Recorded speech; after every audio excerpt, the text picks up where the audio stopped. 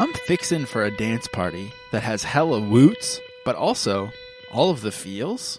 A bun-shaking shindig where I can leave it all on the dance floor. Oh, you want me to name a time and a place? How about Midnight City? Yeah, that's right. I'm having a midnight mass, and the city is my church. Forgive me, Father, for I have synth.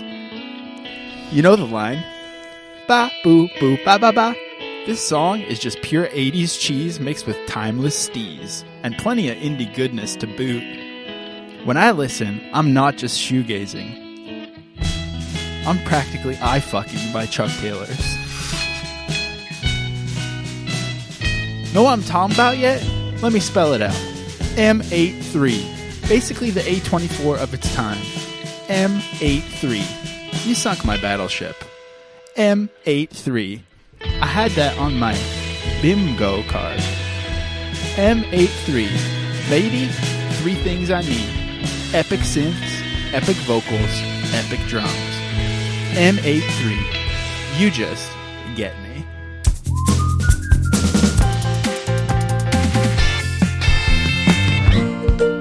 Hey!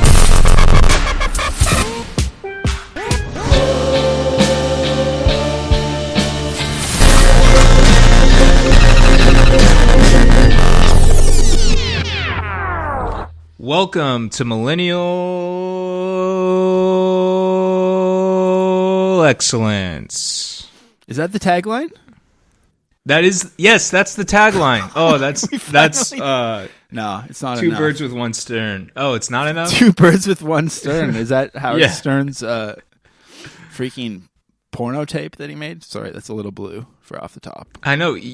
Off the top, you've been going blue. You said I fucking 15 seconds ago. To be honest with you, we've talked about this behind the paywall, patreon.com/millennial excellence. Sign up right there. Trying a new vocal fry that goes into here. We've been talking about it. I've been watching baseball for the first time in depth this week, and of course it's old hat by now, Blue Jays hat at this point because they won / they lost the World Series. Caleb, you fix this, please. But I started watching it, and I'm like 3 games in, and I watched the longest game in history last night on a work night. I was up till literally 3 a.m. watching a sport that I don't even know anything about. So I feel fucking insane. And then last night at 4 a.m. I was all hyped up from watching Blue Jays lose. And then I thought, what's up? What could I do with the term shoegazing? And then I went there, and I apologize because I know that I can tell that you are somewhat a little bit sensitive to cussing. Me? Yeah, I think it's like I think that, well, first of all, tell me this. Mm-hmm. Is there a little bit of truth to every bit or no?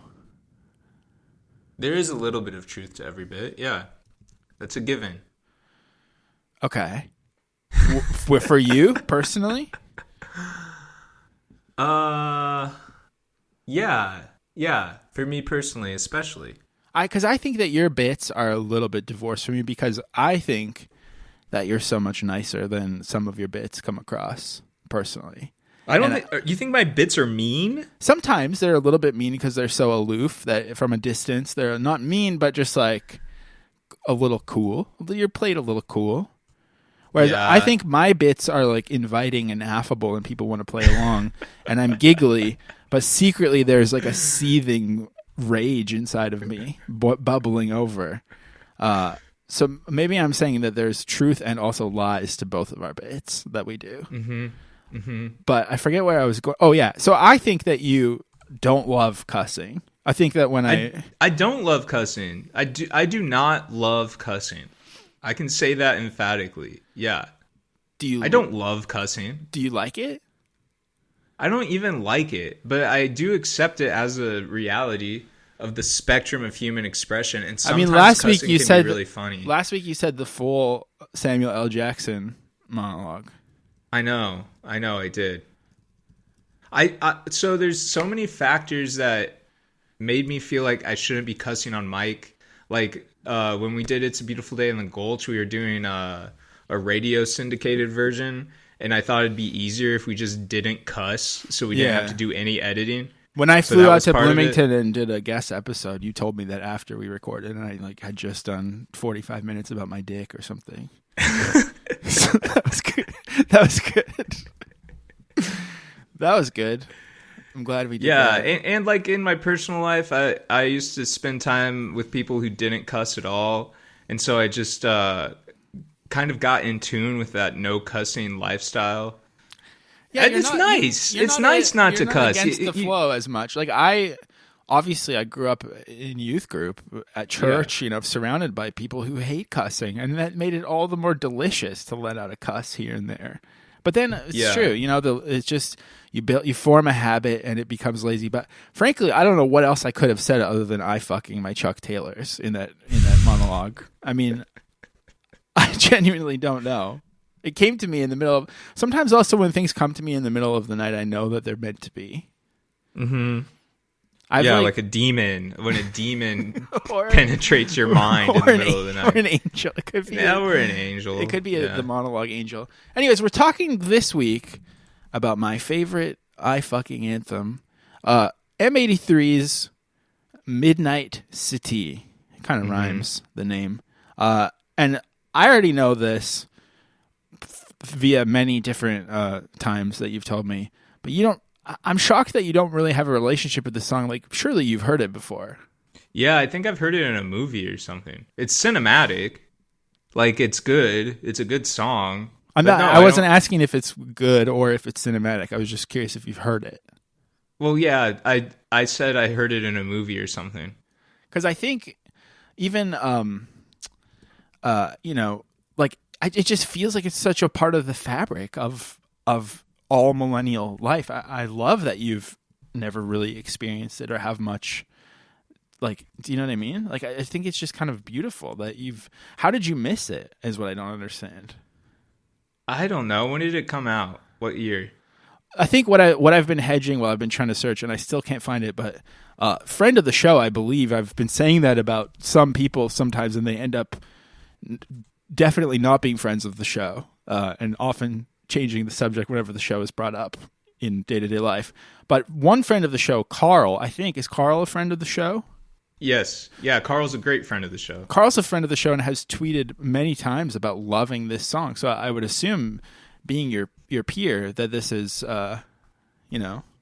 it must have been around you. It must have been around. You just kind of missed it.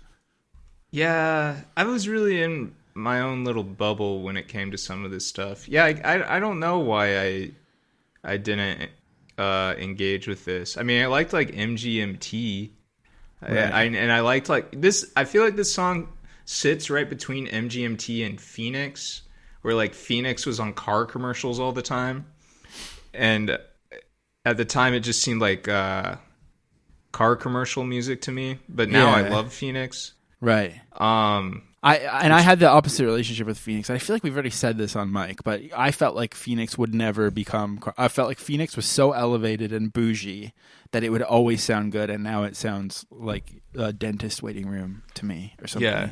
But the reason I brought up Carl is, now that I found the tweet, I remember, it's because he said Midnight City M83, Nuff said. And I think Nuff said is probably my favorite verbal tick to say. It's just so funny to me always. Nuff said. I know. It's so funny because anytime someone says Nuff said, there's actually... It's actually the most arguable statement ever. Right. They're never saying Nuff at all. They need to say... Go on. Yeah. Yeah. No, I think, like, I feel like we'll get to it later with our guest, but I know the shoegaze M83 was more in your life, and definitely for me, as a freaking hipster that I was, I thought M83 was pretty lame when this song came out. But I feel like this boo, boo, boo, boo, boo, boo is such a, like, part of the fabric of being a millennial. I remember, like, even myself being new to Vine, seeing people, probably just like move their arms in sync with that sound in a funny, pointed way, and being like, oh, this is the craziest shit I've ever seen in my life. This is so funny. Yeah. This guy moved his arms like the boop boop sound. Yeah, I'm looking at all the places where this song occurred on a little website called Wikipedia. I was confused. You showed me a podcast comment someone left where they claimed I forgot Wikipedia. I don't understand what that is. If you're going to leave comments on the podcast, first of all, say whatever you want in the comment. A bit, sure. It doesn't have to be funny. We're going to see it and think and go, nice. Or we're going to think enough. It just, even comment enough said would be a good thing to leave. But don't do a bit 3-star review. That's not a funny bit. Oh, they gave it a 3-star review? Someone has before. I've seen some bits maybe they're that being are really lower. honest. Maybe our podcast is a 3-star podcast. They can't all be 5 or 1.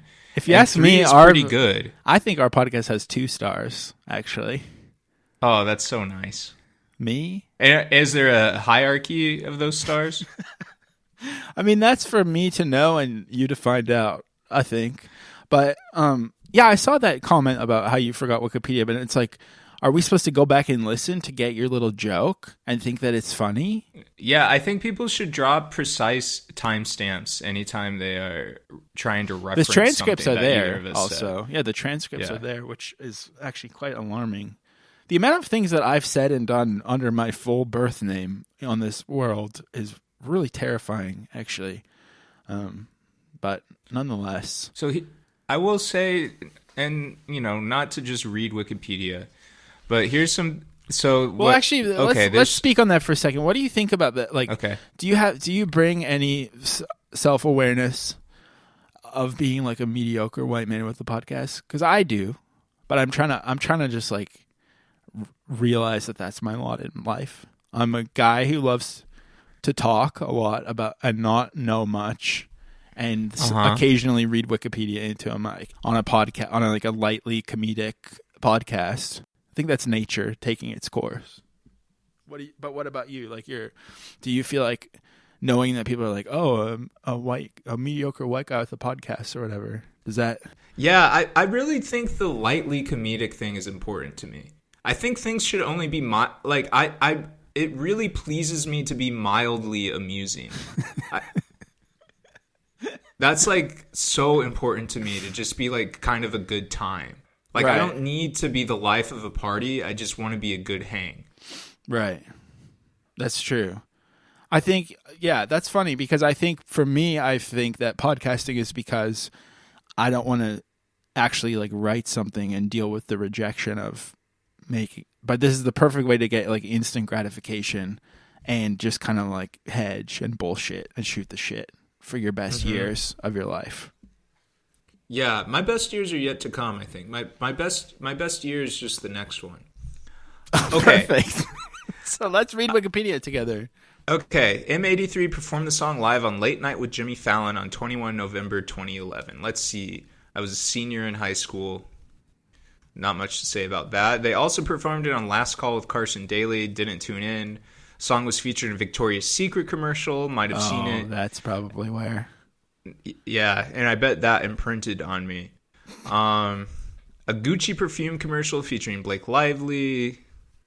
It served as the theme song to Made in Chelsea. Never heard of it. It was also featured in the final scene and closing credits of the HBO television series How to Make It in America. Didn't watch it. That's incredible. It was used in several other movies I've never seen. You just dodged it throughout. Which is incredible. So I think that's an interesting... Wait, there's one more important one.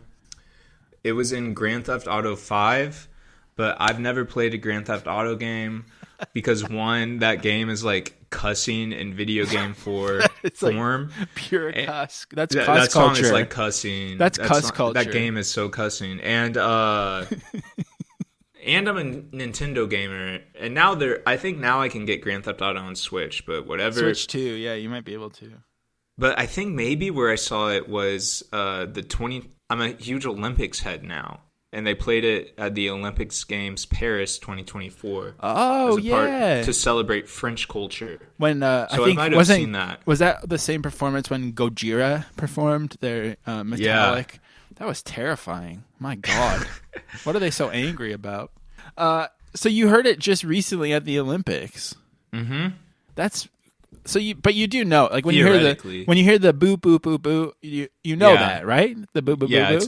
it's familiar. Yeah. So let's just, I think this is a good test to see if the song is actually good or not. Let's quickly go through the lyrics, and then I've assembled about maybe 45 videos for us to watch together if we have the time. So let's see if these lyrics hit to your new ears. Waiting in the car, waiting for Sing. waiting in the car, waiting for a ride in the dark. At night the city grows, look at the horizon glow. I don't actually remember. I thought that the lyrics were a lot more audacious. Did you listen to it today or no? Yeah, I did. The main part that really hits is when he's like, "The city is my church." But so he repeats this. I don't like "At night the city grows, look at the horizon glow." This seems kind of like when like leftists have the banner picture on Twitter that's like the 80s design that says like, "So that happened," in like the 80s font. It's giving that kind of like post vaporwave. The idea of a glowing city is what... I guess so. Yeah, or maybe even the idea of a horizon is giving me that. I do like waiting in the car as a vibe. That's something that I don't like waiting in the car. Really, do you? Oh, I love it. Yeah. You do. Yeah, I like the car. You can listen to music. I like driving in the car, but waiting in the car, Yeah. I feel like it gets a bit claustrophobic sometimes. But as we've established, I have a Chevy Spark, so it's a little small in there. Waiting for a ride in the dark, drinking in the light, following the neon signs, waiting for a word, looking at the milky skyline. The city is my Skyline. church. Yeah, The city thank is you. my church. It wraps me in its blinding twilight. Twilight. I do think the city is my church is the only like line doesn't feel like Stranger Things slop at this point, but at the same time, it's such a funny line, and I think that like to me, I know we are of different faiths, you and I, but I think to me like a real millennial thing is being like, I know I grew up going to church, but I don't need to go to church anymore. The city is my church. Like that's like a kind of like sick post-Christian flourish to be like, no, don't you get it? The city is my church, and the hum of the street is my worship, and culture is my God, or something like just like it's your first day in the city. It's like kind of like the start of the prodigal son before the end. He probably said the city is my church in that parable. And then it's just more car dark. Wow, I never popped the hood of this one. I don't really like these lyrics. What do you think? I think that I think they're fine. I assumed M83 was an instrumental post-rock band based on the one song I've heard of them. Mm-hmm. So the fact that there's lyrics at all was surprising to me. Yeah. And because, I've heard the beep, boop, beep. I've heard that part of the song, but I don't think I ever heard the lyrics until today. So I think the lyrics are doing their job. And They also, exist. They're evoking a feeling. We haven't talked much about our craft on this show, but you are a frontman of a band. Of sorts. Mm-hmm. Do you write your own lyrics? Mm-hmm. Mm-hmm. And tell me about your process, your level, your degree of confidence or insecurity. How do you decide when they're done? Do you like them? Personally, I hate writing lyrics. I feel like it's very difficult to find something that is expressive without being too cringe, but also just being cringe enough. And I think these lyrics to me are not cringe enough for the song, actually. Yeah. I see what you mean. I think they serve the song. I just, it's a punk band. I kind of like do, like I kind of like fit, I find a vocal cadence and then I fit words into the vocal cadence. Like fuck authority. Wait, do you cuss in your lyrics? Yeah, not fuck very often. I think like shit and ass. I like saying shit and ass, but shit I don't and really ass are like fine to to say around like any parents or teachers at this point. I like PG-13s. Yeah. Yeah. Okay. So you just are like shit ass, shit ass. No, it's just that shit and ass rhyme with other words really well. Right. So how long does it take you to crank out a tune? like an hour of concentration, maybe. Oh my god, that's so lucky. That's so good. I would like write like so many songs and have like 20 songs on my hard drive that are ready to go. Then I'll spend like 5 years belaboring the lyrics, and then of course like 35 people listen to it, and they can't even hear the lyrics because I always think vocals should be mixed under the guitars.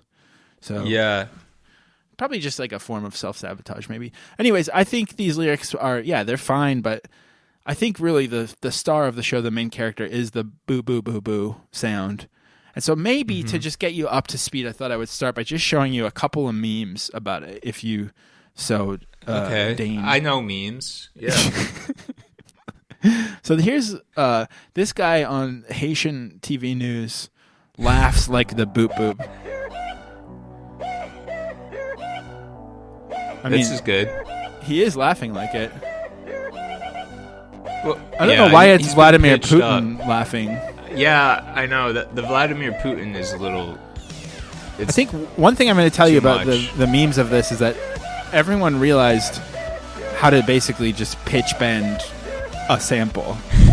Because I can't believe this is 4 minutes long. I know, it's also the entire song. There's long stretches where it's not the Haitian newscaster just goes black and plays the song after. So kind of an interesting concept. I don't have these in any order, but I thought you would appreciate this Family Guy edit. Part of the sincere really Family Guy edit. Family Guy. Yeah. Yeah, mostly like for me it's mostly the fan community. Yeah.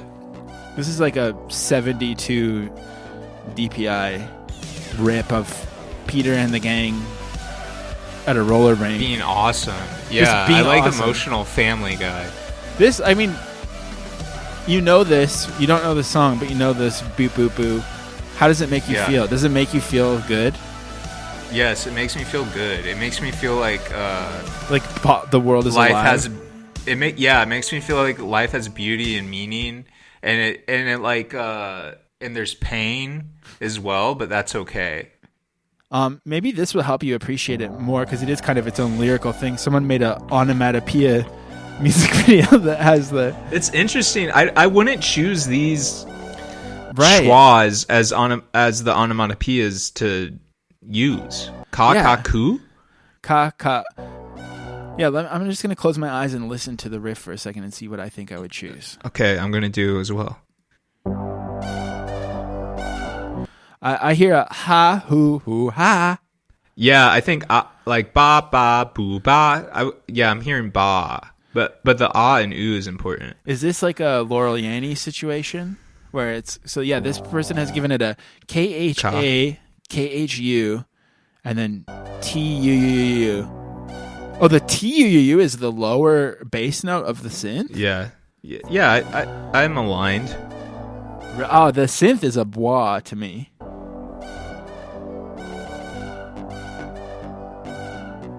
And that TM tim.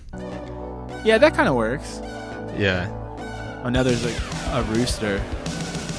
The drums are TD. I wonder if onomatopoeias. First of all, I wonder if that's even the right term for this kind of musical typing. I don't think it is. That's a good point. But I also wonder if it's kind of like, I don't know what it's like. I guess the laziest place my brain is going is cilantro, but where people hear things with different letters. Uh-huh. Cilantro being like the soap thing? Yeah. I mean, that's all I could think of right now. Yeah. I'm saying we should ban that from the show, actually. It's too... but here, so I think, it showed this chicken on here for a second. I think also part of the thing is like how funny it is. And this is a big time YouTuber, by the way. And you can tell by his smug fucking grin. I just want to slap him. But this guy is, he's got a lot of followers on the old tube. This is SeegerTube. Wait, he does not have a lot of followers at all. But this video has 600,000 views. So it did pop off. This is new in November, my M83 vocal audition. So do you want to guess what he's going to do for his vocal audition? I think he's going to sing the synth. Hey guys, so what many of you may not know is I am actually a pop vocalist by trade. And M83 is looking for a new backup vocalist. Audition, send in a tape. I figured it might be fun for you This guys kind of to joke watch is me like recording it. So not allowed to there be you go. 5 minutes long. All right, I'm gonna be doing the song "Midnight City," which is pretty much a fan favorite. So here we go. He's not All right. wrong.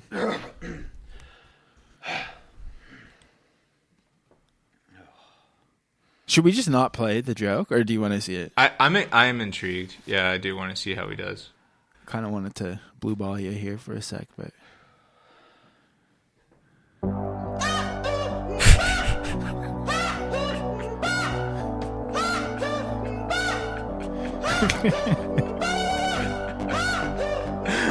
It's amusing. I'm amused. it is funny.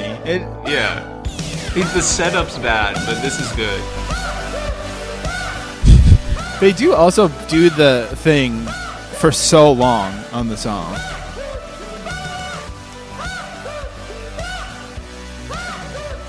Yeah, It's like because the so- riff's awesome. I think actually this might be one of the early examples of like realizing something is cringe and awesome at the same time, and fully embracing it and feeling so good about it while also laughing. And that is like a very nice feeling, I think. And I wonder if that's a distinctly millennial feeling, because I feel like I can't picture Gen Xers doing that, really. Thinking something sucks and rocks at the same time. Yeah, not being like, oh, I'm being ironic, but like I'm just like being disgusting, and I feel so good about it. I don't know. Yeah, I don't know. It's interesting with you. It's always millennial versus Gen X. I mean, I don't know what else to compare it to. I'm just saying I'm thinking of what came before. I definitely don't think baby boomers are doing things that suck and are awesome at the same time. Are they? I think it's an early millennial trait, and by the end of millennials, maybe that's why you don't get me. You know, by the end, you don't want to do things that are embarrassing and disgusting. You've never even heard this song. You somehow like dodged it, and you dodged and weaved through your entire life to never face this song. Yeah, I mean, I don't know. Like, I don't know how to address that accusation. I think I do.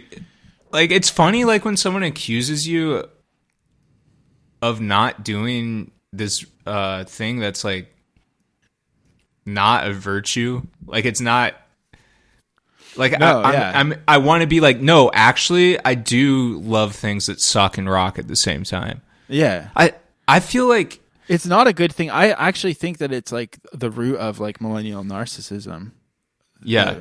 I think it's like not a good thing. I think it's like a feeling of being unashamed that needed to be caged and stopped, but it was never stopped and it got out of hand.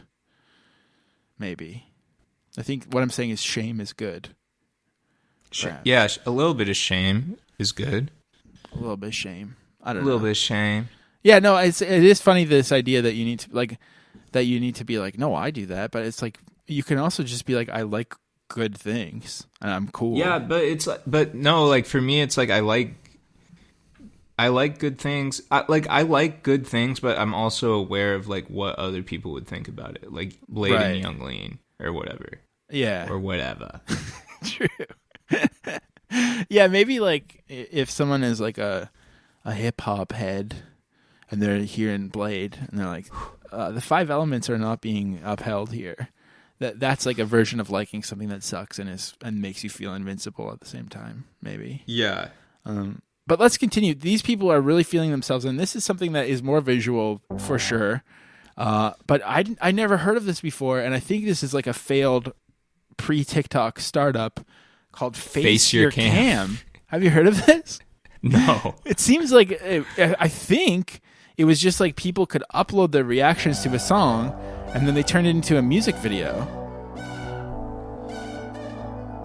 Unless it's just everybody. It's just like anyone who goes. I mean, I don't know. I feel like there's this is compelling. Yeah, the people in this, because they are dancing to it. I think it's not quite synced. It's all different ages. I love this guy in a turtleneck. It kind of seems like Bo Burnham. This is my guy, the guy with the flat brim and the zip up. Face Your Cam's social music television. I think this is someone's failed startup idea. These videos all have like 10 views, 6 views. And there's it's kind of like what was that duet app where you would sing duets with Smule? It's a little bit of Smule, yeah. It's a little bit of Smule, but no one's singing. But they are. I think it's like lined up enough that I think they are listening to the song. Yeah. And like on this channel, there's like Wrecking Ball, David Guetta featuring Sia, Gangnam Style, Story of My Life, and all of these videos have like between 10 and 50 views. Oh, Bo Burnham started lip syncing. Yeah, they're in sync for sure. I just wish I could learn the backstory of this. How did you come up? Who made this, or did they just like have a pitch for an app, and then they got like everyone at their kids' school to react or something? I can't find any information about faceyourcam.com, but it's compelling, and I think probably this person's family and friends secretly were worried about them. They're like, oh, Robert's going crazy with this Face Your Cam idea. It's like not going to work. Like, who would want this? And of course, this does predict TikTok like drastically. But right idea, wrong place, wrong time, I guess.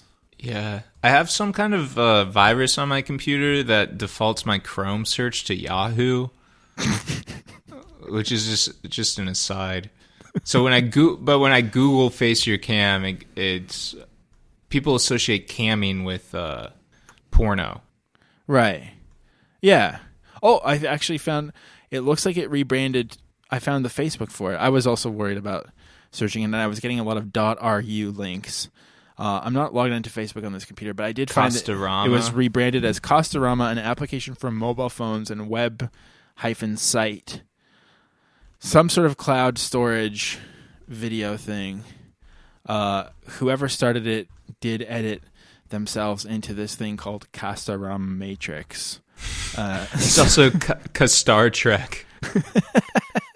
But this has 17 followers. Like, damn, you guys were cooking with this. You came so close. But now the domain's dead. So, I don't know. I think Face Your Cam was a nice idea that could have been. But you know what? Like, as I used to say all the time, and as I'm so thrilled to be saying again, would you like to hear some covers of this song from? Yeah, I would love to. I would love to, Josiah. Can really help. That can really help, shed some light on the song. So let's check this. This is actually pretty interesting. This is the Treehouse Sessions by The Last Bison, Firefly Music Festival, covering Midnight City by M83. Everything about this is very millennial. I mean, the idea of a treehouse session. Yeah, having a session. This is like this. I feel like is also at the Venn diagram of Freak Folk and Stomp Clap. The look says Joanna Newsom, but the tunes tell a different story. Really, I was going to say the look says Mumford and Sons. Oh, yeah, the goofy ass, costumey. Didn't Joanna Newsom kind of get a little medieval with it too? Yeah, I didn't really follow her. I don't have a good frame of reference. Okay. And also, it's the Treehouse Sessions, and there is a giant tree inside of this, what looks like a children's play club. What are those? Yeah. What are those things called? Where there's like a ball pit and stuff. Where children. Yeah, I don't know if it's. I mean, this looks more like a small children's science learning center in a small town. Either way, it's like not a place where you should be playing a show. Yeah. And they're so it's the banjo instead of the synth. Here he goes. And the lady was playing a xylophone with a bow from a violin. That was what that crazy like drone sounded was.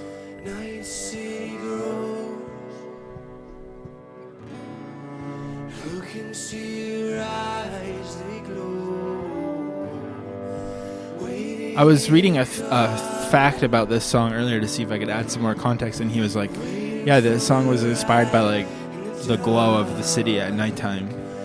Like, cool. Great.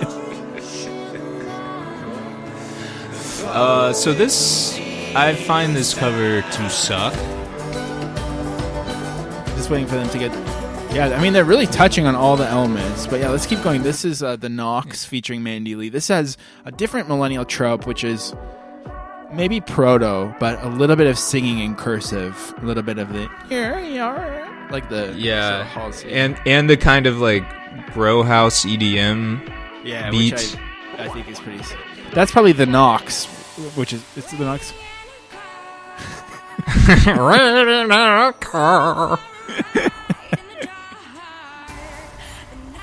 Do you think that guy is The Knox, or is it like a duo or something? Yeah, I think The Knox... It's just a guy. I think he's The Knox. Just being The Knox as a guy is so sick. Yeah, this one, this is nasty. Yeah, I don't know if many people are really cheesy. Are gonna touch on the original, but maybe this a cappella group called Minor Problems. Okay, this is gonna...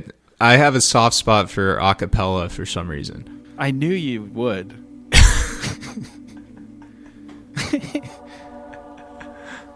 Turn this up, please. It's a group of people who are not... This is not a joke. This is not funny to them. No, but whoever was tasked with that synth line. Yeah, I can't tell who it is. Is it the girl in the flannel? In the very middle? I don't know.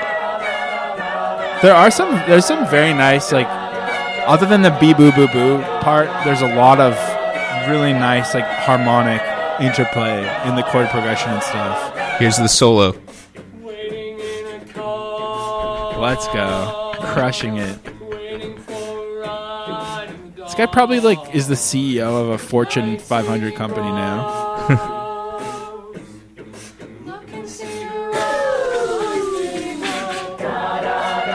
It's weird how beatboxing was once like the coolest thing on earth, and then it's been relegated to the domain of a cappella groups. Yeah, damn. Well, you mean it's still the coolest thing on earth? Yeah.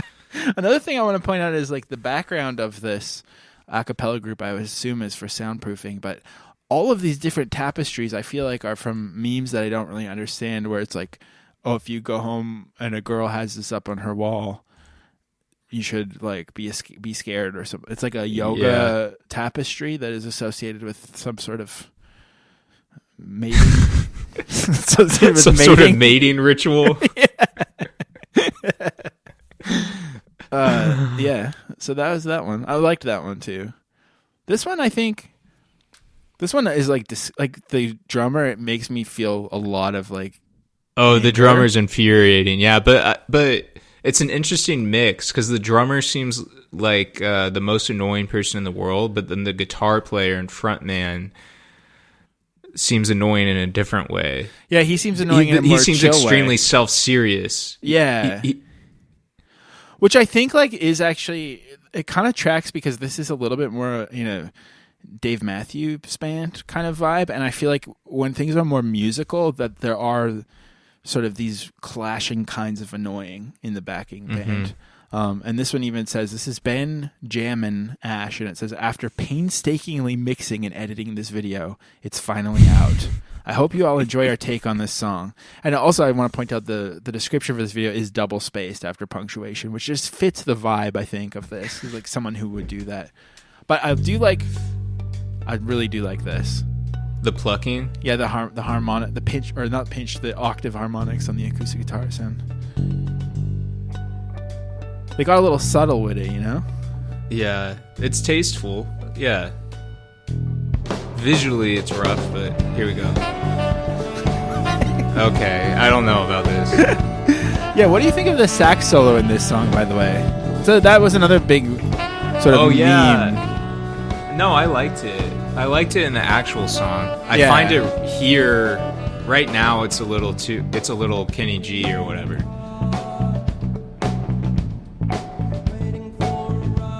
I mean, this is just one of those ones where if the drummer was not hamming it up at the start, it would be almost unbearably serious. Yeah. It would there would almost be nothing for us to comment on. Well, the saxophone, I really like how I find it distracting. I like the saxophone because he's like he's taking his time with the lead. It's like tasty. Kind of fucking with it. But you know, this I think like it's really important we need to get into some uke. And I do want to point out, like, the music on our show, none of it is AI slop. It's all real music on our show. It's all made by Ned. And before we even started the show, Ned visited a place called Uke World in New York City and bought a uke just to do the bacon monologue. So that's the commitment to this shit. So that's where I'm coming at this uke one from. This person's wearing a University of Alberta t-shirt that says someone in Edmonton. So, you know, if you know this person, tell them that I made fun of them. I'm not going to make fun of them, or am I? We'll see. But this is actually two millennial tropes at once because he's playing a melodica as well, which is the kind of keyboard that you blow into. Yeah, you don't see much of those anymore, do you? Because of phones, I think, really. There's an app for that. Oh, and whistling. Whistling is millennial. Brett Commander is his name. Sounds best with headphones. Well, thank God I'm wearing some, but I hate to hear if it...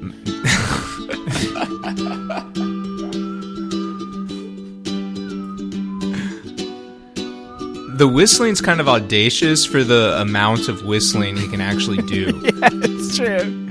That's adding some charm, though. Wait, I'm thinking of a different cover. He doesn't play melodica. That's someone later. Oh, okay. I knew there was some blowing going on, though. I only know how to whistle by sucking. I can't blow out and whistle. Is that real?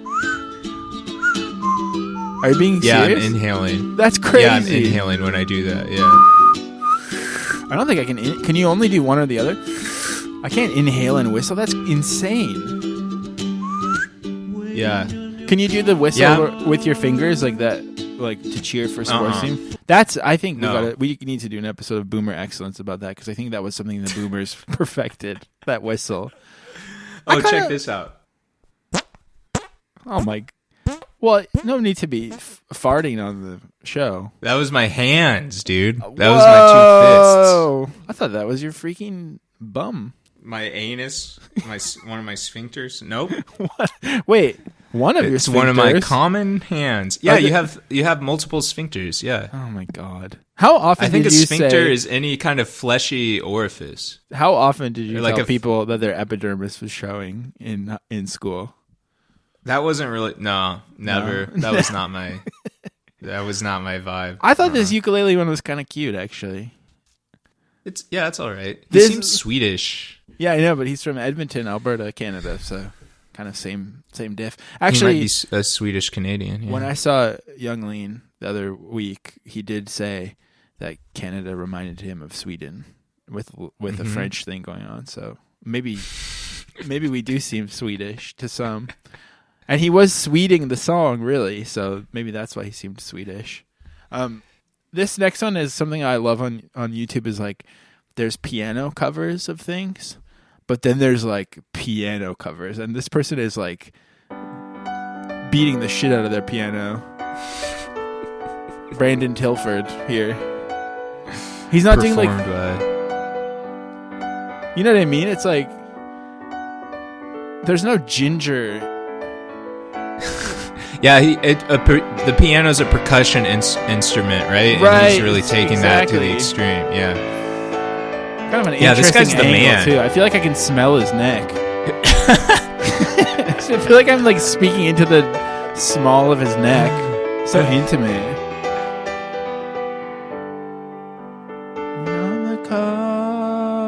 This is my favorite so far. Really? Brandon Tilford. Mm-hmm. What about it? He rocks. The emotion? Yes, the emotion. The way he's able to convey emotion through his fingers. It's moving. I want to have like I want to eat like spaghetti, like a candlelit spaghetti dinner with red wine while this is playing. Yeah, it is like hotel lobby pianists will play with this kind of like beating the shit out of it. It just it's so like uncanny for YouTube because usually the YouTube is going for like hushed indie vibes, but this is like I've never seen Phantom of the Opera, but I feel like this is the Phantom of the Opera playing it. There should be a Millennial Phantom of the Opera for sure. Who would? Well, isn't that just Kanye camping out in the arena? Although I don't know. I don't know what the like synopsis of Phantom of the Opera is. Yeah, me neither. It's a mask. Me neither. But this just feels like it. Yeah. But speaking of this, I'm glad you said that because this one is so candlelight dinner vibes. Except I love it. So this is like and this is the thing. Like I think there's just something wrong with me where I'm really antisocial and getting more so as I get older. Don't agree too much. But don't agree too much. I'm just listening. Active listener. I mentioned the boomer whistle that people do. Yeah. And even at Young Lean or when I went to Autechre as well, people are like whistling and hooting and hollering at like just like shut the fuck up all the time. And then I'm watching this so these guys are in some sort of like man-made cave. This is definitely some sort of like fringe fest artsy night out. They've got a bunch of amps. They're like there's a cello.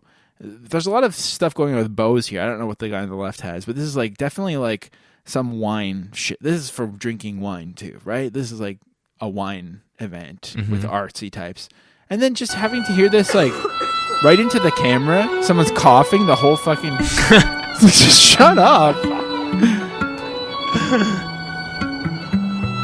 I think there is more coughing coming up, or there's just really something wrong with me. But you ever get irked by stuff like that? I notice if you go to like a cinema event where there's real film heads there, they'll laugh at fucking everything. Yeah, and they'll go like, woo! That drives me crazy. Yeah, dude. That drives me crazy. Maybe there's literally only one cough and I clocked it and was angry. But it's also because... Oh, no. See? Hear that? There's like someone doing like a gimbal filming this incredible cigaros ass. And someone's just constantly... Maybe they're sick, dude. Well, then stay home. You're going to make the rest of us sick. It was socially distanced. This one is pretty beautiful, I think. I'm a sucker for this kind of stuff. When there's like looping pedals and harmonized violins and shit. Yeah, and it would be a cool event to go to. I like this this like bomb shelter. It's this like pagan looking amphitheater. This is a band called Takenobu. Yeah, like this probably is in a Nordic country.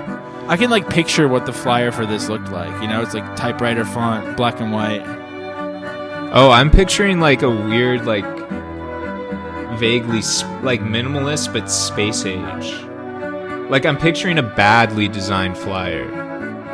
When I have to open the video to read the description because of how we record this, and it's way louder volume. And I heard the cough so fucking loud right now, and it made me so angry.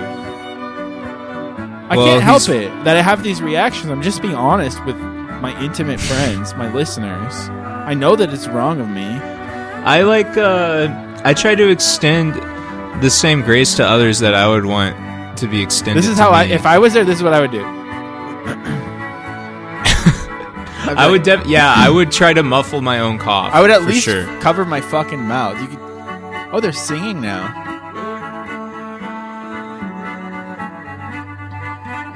I mean, what do you like this one? I feel like this is like cringe probably at this point in time. People don't like this kind of thing anymore, but I love it. It's so good. I think everyone likes something. There's someone in this world who likes anything. Right, which is this definitely isn't cool. Yeah. This is not cool, but I will say, you know what?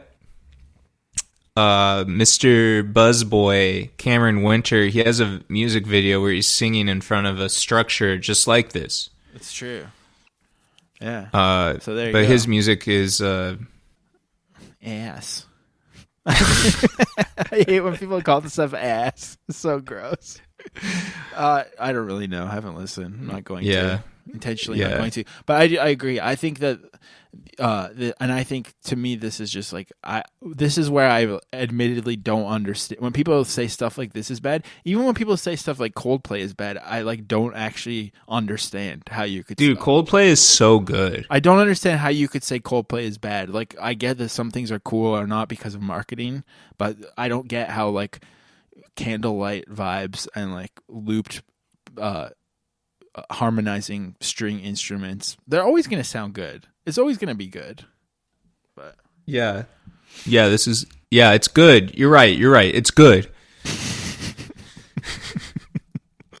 This is one of my favorite genres is people playing drums outside. This is Josh Stecker, and he set up his drums on the dang beach to do this song. M83. Yeah, this is the font I imagine the last flyer for the show was. Oh, yeah, totally. Me too. No, totally. Yeah. But I was just picturing also that it's black and white and like a weird size. Yeah. Oh, wow. Okay. See this? I mean, the taste level. The taste level is gone. He's got a multicam setup. I also He's wearing a highlighter yellow Hollister thin hoodie. Would you ever wear a thin hoodie, Josiah? I don't think I have the figure for it, to be honest. I feel like that's... I don't think that stops other people from wearing these thin hoodies. Do you think he did multiple takes, or is there someone holding a cam? He's got multi-setup. I think he has multi-setup, because I think this guy crushes anything he does in one take. I think this is one take 10. I don't think the drums on the song sound like this. This is this is what I'm talking about. The taste, like his treatment of the drumming is a little. It's like whenever you see like a good rapper on SNL and they have a full band, the drums are always like this. Where you're just like, dude, calm the fuck, just play the tape or something. I don't want to hear this guy like do a drum demo.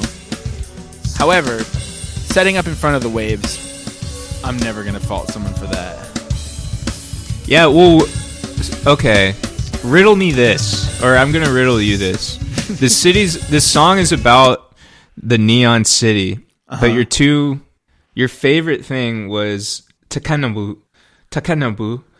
who was in the woods, and you seem to really like this guy who's on the beach. Don't you think there's something discordant about that? Wow, that's so true.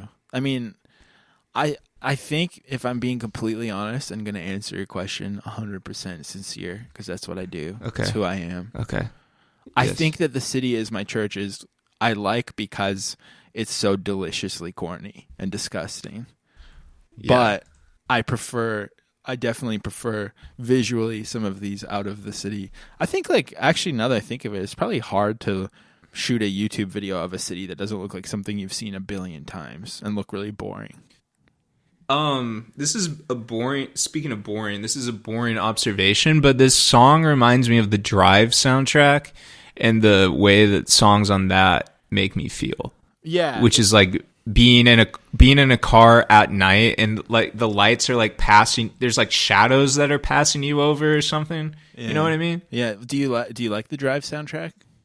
I like the Drive soundtrack, yeah. Yeah, same. But I feel like that's something that's like incredibly dated at this point as well. Like even like the like the chromatics, like it's like I think it's incredible, but I feel like that's where I start to question myself. If I hear chromatics and I think it sounds so good, I'm like, I think I'm being onk right now for liking this. And that's okay. Yeah. I'm facing it. I've created this safety net, which is an entire podcast where I'm in control of everything 100%. So it's when are you not onk? When are you not onk? Well, if you are onk. Exactly. It's true. And that's the thing. I don't want to not be onk. But then, the go-to thing is like, oh, you like Young, Lean, and Blade? Or you're like an out-of-touch old guy who's trying to be cool. But that's the only people who like Young, Lean, and Blade, I'm pretty sure. Maybe. No, I contest that, but I don't want to get into that. Next Next video, please. That's going to be our final episode. It's going to be a 7-hour brain dump. Drain retrospective. A drain yeah. dump. What are you sipping on over there? Oh my god, there's Water. some fizzing. That sounds I like know. fizz. That sounded nice, didn't it? Yeah, it sounded so good. Here's an acoustic cover. I don't.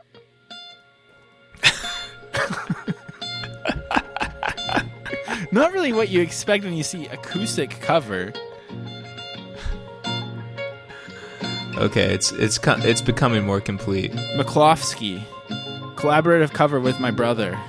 If you guys like it enough, we'll post the MP3. Oh, that's a tease. Great job, you two are very gifted. From someone who is clearly their grandma.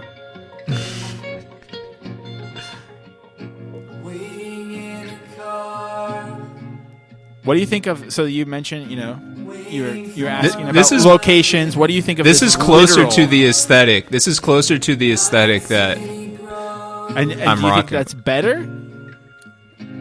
Or I prefer the incongruity of a different. I have this feeling a little literal. I think if it was executed well, it could have been better. Yeah. I like what they're trying to do. I like what they're trying to. The fact that they've done something like that nighttime drive. Like this is actually terrifying. This is like. It actually looks like a Salem video. Yeah. It's got some Jack Donahue. There's a dark energy to it. Yeah, there's like that dark small town, like meth kind of energy. Yeah, you have nowhere to go. Yeah, it's so much more sinister. There's something than it really sounds. threatening to this. Yeah, although it still does have a bit of an evil to the acoustic music as well.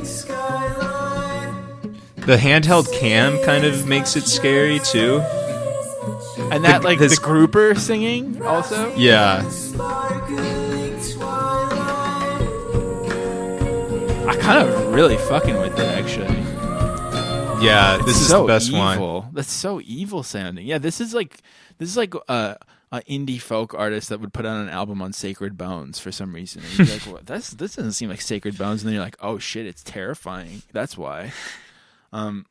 This next one is like a little bit more twee and a little bit emo, and it's a band called when I see this art and this name Mitten, I'm like, this is gonna be some C86 twee pop right up my alley. Yeah, but it's not quite, but it's close. Okay. Waiting in a car. It's got a little bit more of a Waiting for a ride in the dark. It's got a little bit more of a bad vibe, bad music vibe. It's a little bit more terrible dog shit. A little more poor taste. I do like this though. I don't know. I kind of like when they're subtle. Yeah, with this part's good. When they're subtle with the doot-doos. Yeah. Yo, imagine Nardwuar saying the lead. Doot-doo. It'd be pretty good. Waiting in a car. Yeah, I don't know about Mitten. Great name though. But this one is sick. Look at this kid. This is sick, dude. Great poll. Yeah, this is everything you could want, really. I mean, what is this filter on here? He's got I guess it's like trying to make it look night vision or something. Yeah, I don't know. It's kind of like everyone had photos with this filter on it. The lens flare is crazy. The lens flare is going hard. He's got skull and bones all over his guitar. Yeah, huge DC Shoes t-shirt. And hat to match with the emo hair underneath. The channel is called Mason's Digital Creations, and then in parentheses, Marvin. So he's doing a little bit of the metalcore. I mean, he's got to be, 12? Yeah, he's in the 12 to 14 range. Yeah. He's fucking killing it. Yeah.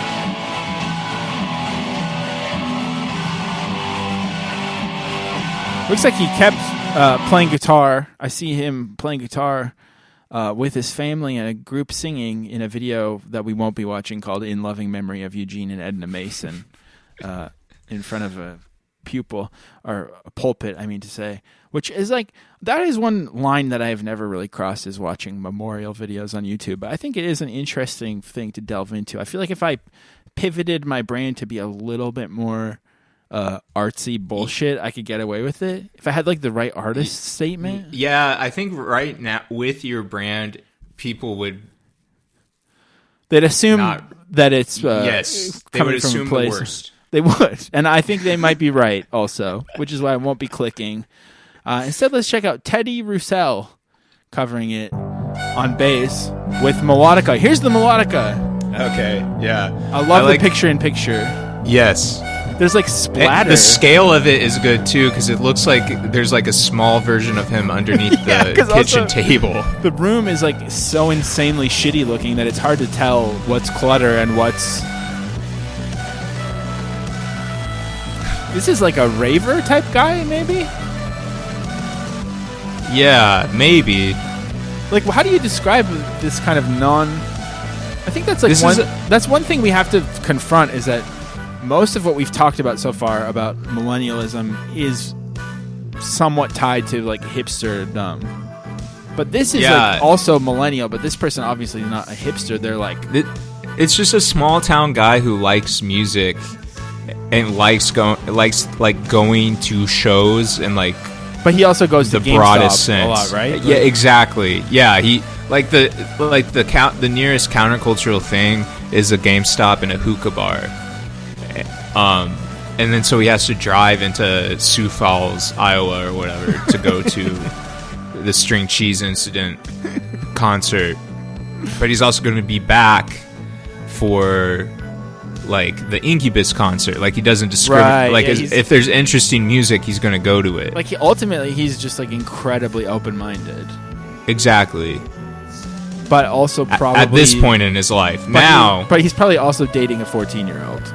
He's like too open-minded, maybe. Maybe. Or maybe he... Actually, I feel like he's dating the same girl from high school, and they're married. Right.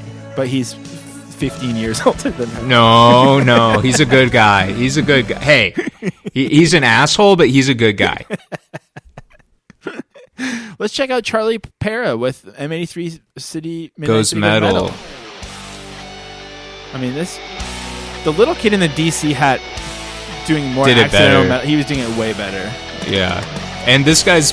The promo's aggressive. The promo's too aggressive.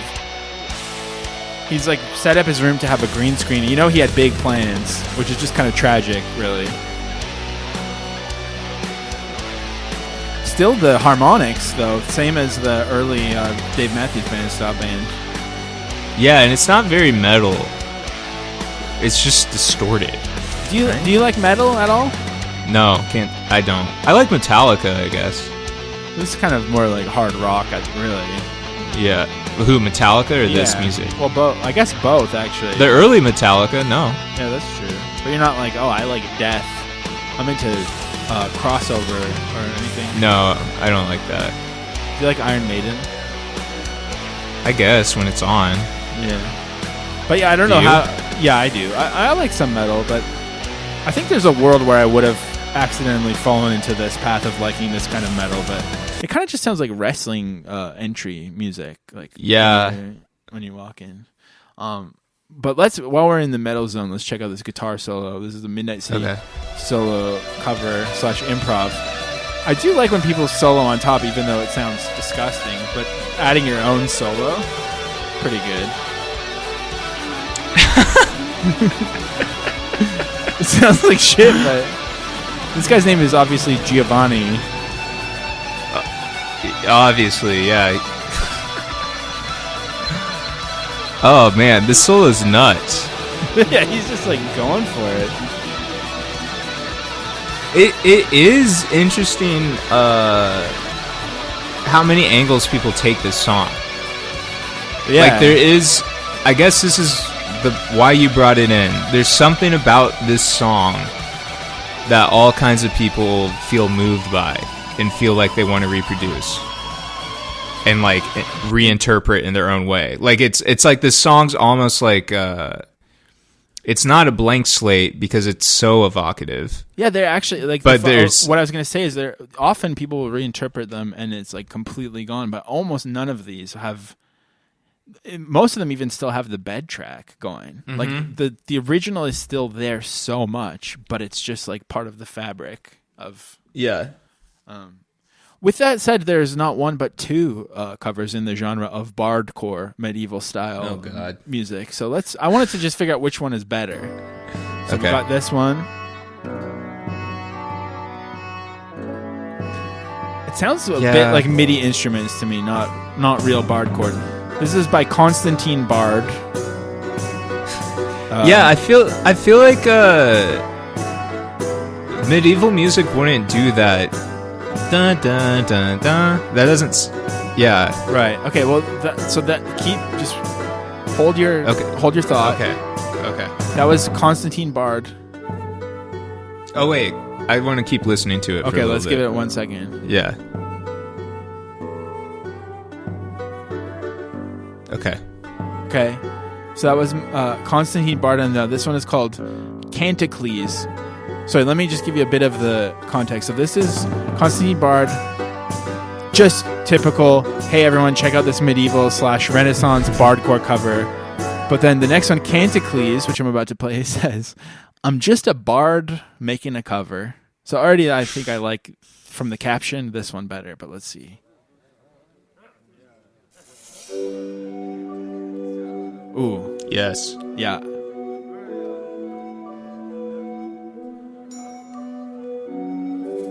The previous one had 19,000 views. This one has 9,000. What's this like environmental? Is there like talking in the background? It sounds live. No, they should have done the flute the whole time. Yeah. Like, what instrument is that supposed to be? It sounds like a Middle Eastern or Indian thing. It sounds as though played with real instruments. Very well done, which might be my problem. There's just something missing from the particular song when the main rhythm is not composed of surprised electronic yelps. Someone had commented, and then the young bard said, "I feel that too. There's definitely something missing.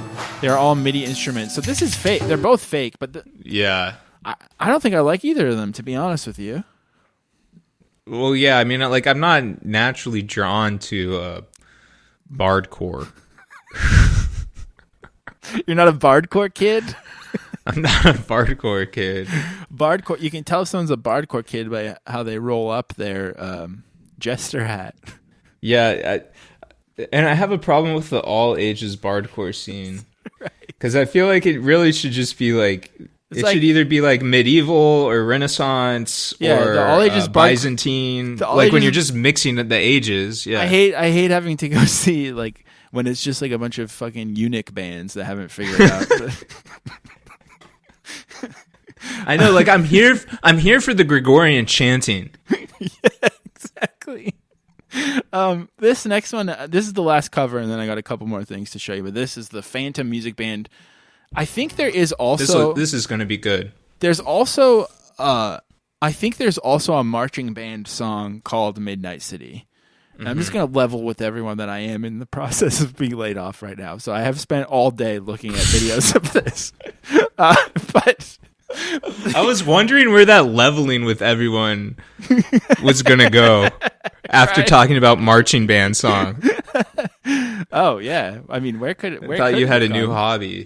I would love to. I would love to do drumline, but no, I was like, there's a bunch of videos that are like 9 minutes long that say like University of Kansas or something, Midnight City, and I was playing a lot of them, like skipping around and be like, when does it do the ba ba ba ba? And then I realized I think there's another marching band song called Midnight City.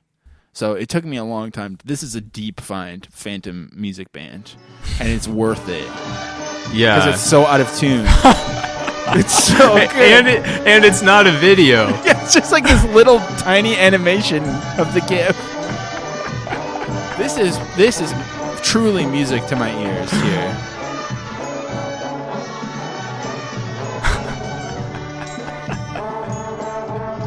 So good. This sounds like the Go Team to me, which is one of my favorite Millennial bands.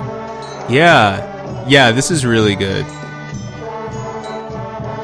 This is better than the original song, I think. It's close. I thought it was pretty interesting that the Bardcore commentator like honed in on the fact that you need the synth for the song. Right. Or at least he mentioned like you just need some jankiness to because the synth has like a weird. That's why I think this out of tune. And also these are little. Assuming this picture is who's playing it. These are like 9-year-olds. I don't know. This is just a picture that is moved ever so slightly every second on this video that was made with Viva Video. So I loved that one. Do you want to hear the official remixes or should we skip them? Because I got a few more videos. But it's up to you. Remixing, I feel like is, you know, I don't know. I don't know what I think. Maybe one of the remix videos. Okay, this is an artist that I think I might actually like. It seems more up my alley. It's kind of like, I think it's a little bit IDM adjacent. This is Trentemöller, and this was on the official remix EP, and it sounded pretty banging. Got the warm crackles. Mm-hmm. Yeah. I think I'm actually gonna probably be listening to this remix a lot. I can already tell.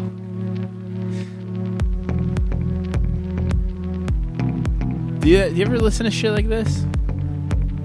I like that. Like I don't have the like bag. Like I don't have a deep bag, but I like that guy Vegan. Oh yeah. Did you listen to the Air? Yes. Remake out. That was really cool. Yeah. And it's getting a little bit out of tune. Yeah, I don't like the guitar. I think some drums happen though that are cool.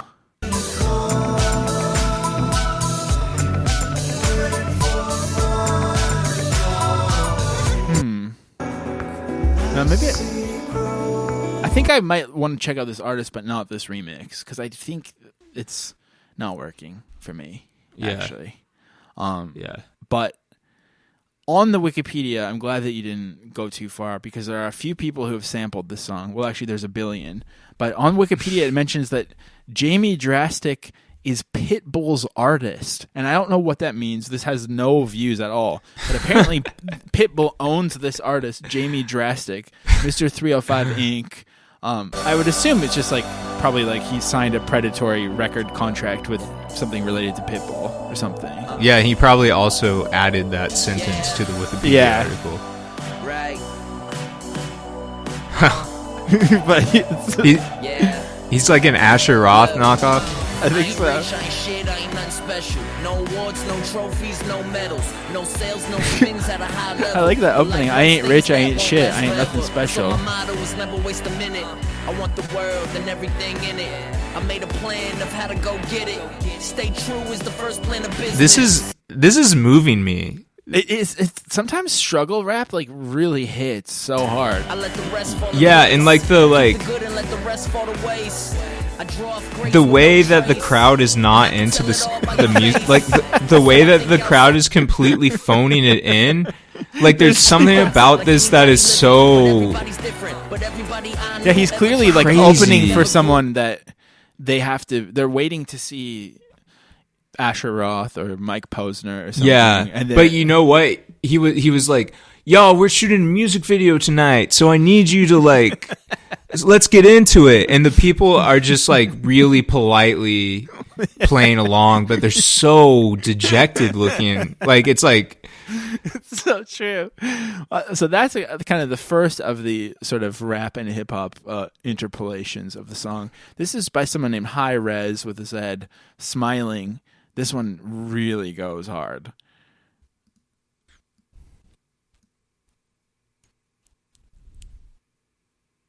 A lot of intro tags on the video.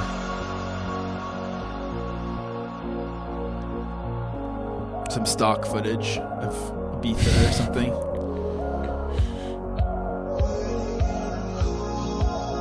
Did he slow it? Dude, a little? the length of the cargo shorts is nuts. Actually, it was normal at the time. Singing along with the...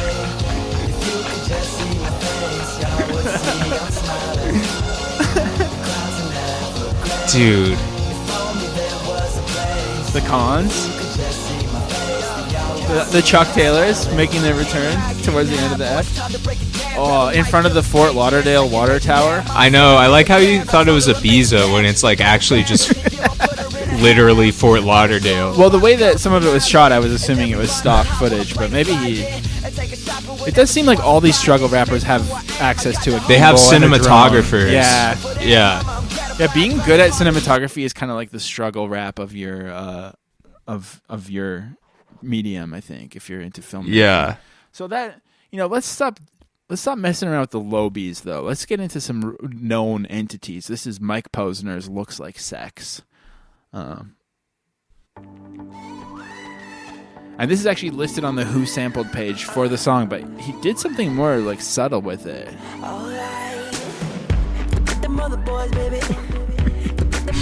This is one of the most disgusting artists I've ever heard in my life. And I know him well because early on he was on the Warped Tour, and I watched the Warped Tour doc when he was on it, and everyone hated him. For good reason, I think.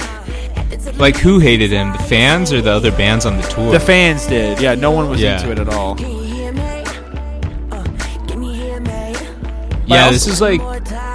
we need to, like... What is there to say about this style of, like, 2012 pop music? It's getting late, and it's for a different episode, but there's a lot to say about whatever this is. It's true. I also think it's really interesting to have to share the publishing with M83, but not really do unless he does it right now. No, not do the most recognizable part. So it's actually kind of smart because it feels like an original song, but it's just lightly familiar. Yeah.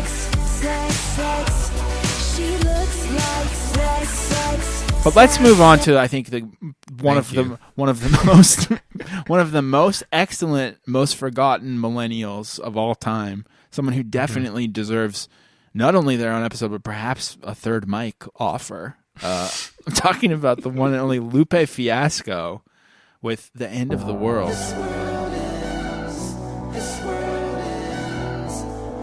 Did anyone were there fans of Lupe Fiasco, or did we all just assume that each other was a fan of Lupe Fiasco because of Kick Push? Yeah, I think it's the latter. Yeah, Kick, he really made noise with Kick Push. With a certain demographic. I think he had a really good song called "Bitch Bad," how it was bad to call women bitches. He had a "Don't Call Them Bitches, Bro" song. There was some kind of super group that was announced that was Lupe Fiasco, Asher Roth, Jaden Smith. Oh my god. And a few other guys, but then they never released. Do you think Lupe Fiasco just works at Enterprise Rent-A-Car now or something? Just has, I think a normal job.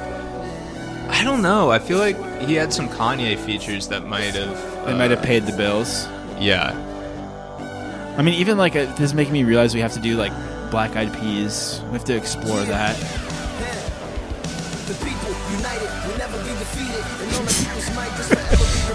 The people united. We never been defeated. Really good. I should end it here, but I'm not going to because there's just a couple parodies of the song I want to show you real quick. But this is called. Well, do you want to start? Okay, it's late. We're gonna go through 3 real quick. Okay. Do you want to go G, P, G, R, or opposite direction? R. I want to end on a nice, pleasant note. Okay, well, I don't actually know if it's R rated or not, but this is called Tinder City by Envy Enigma. What up? It's your boy Envy Enigma, representing Rebel Intellect.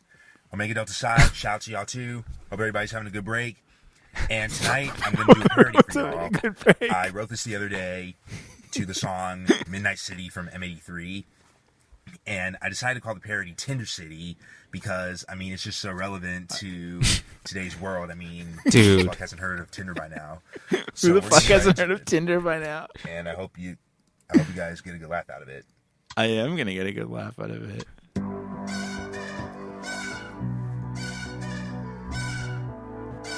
This is 10 years old, 88 views.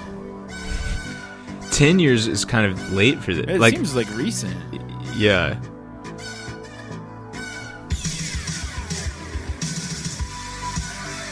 It's a long intro for a... There we go.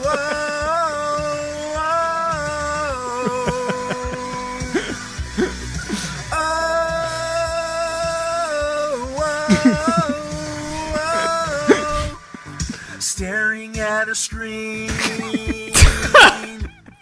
searching for the girl of your dreams.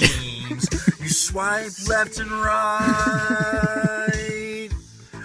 always looking for the next best thing. It's a lazy day, you don't got a bay. Swipe and swipe away, pissing time away.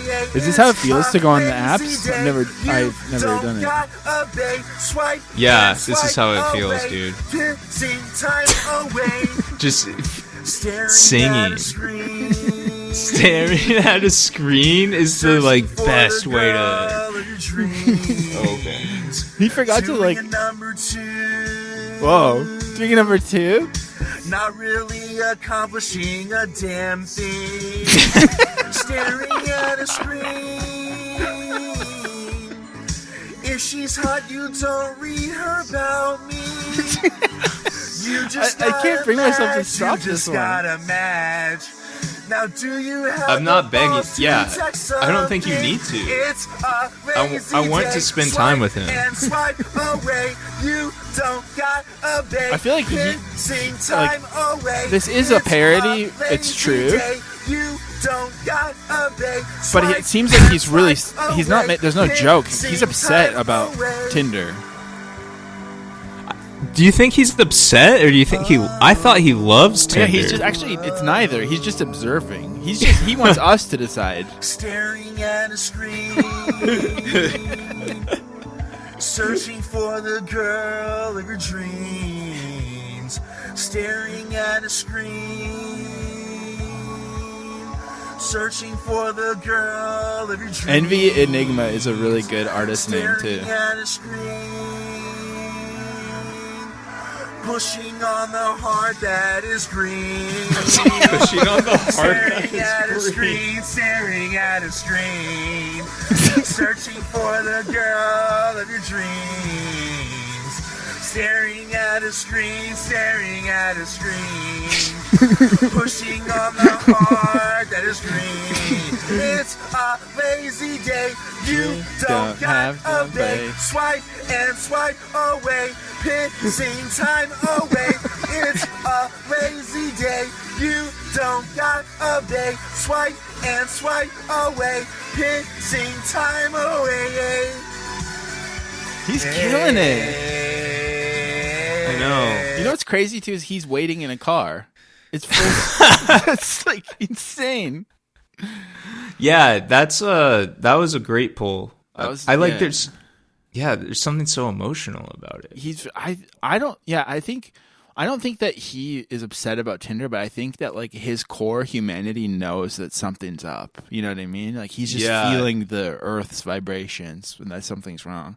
And speaking of vibrating the Earth, with just about any song on Earth, you can find a Minecraft parody of it. I don't really know too much about Minecraft, but Diamonds, mine diamonds. I thought Mine Diamonds is pretty good interpretation of it. Diamonds, mine diamonds, mine diamonds, mine diamonds, mine diamonds,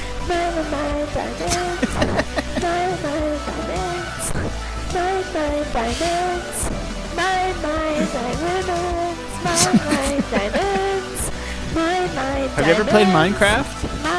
Yeah, I have. It's kind of Nintendo gamer coded.